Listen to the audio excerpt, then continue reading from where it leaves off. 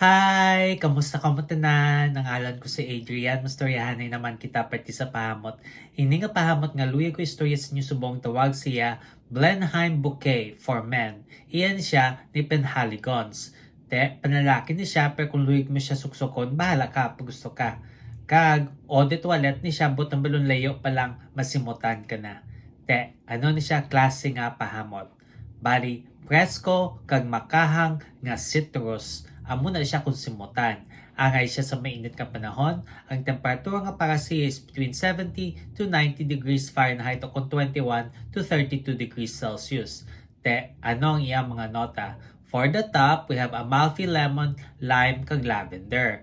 Ang Amalfi lemon ng aslom nga citrus. Ang lime naman niya matamis kag malanga citrus, kag lavender nga tinlo kag presko nga nota. Kag for the base we have pine, black pepper kag musk.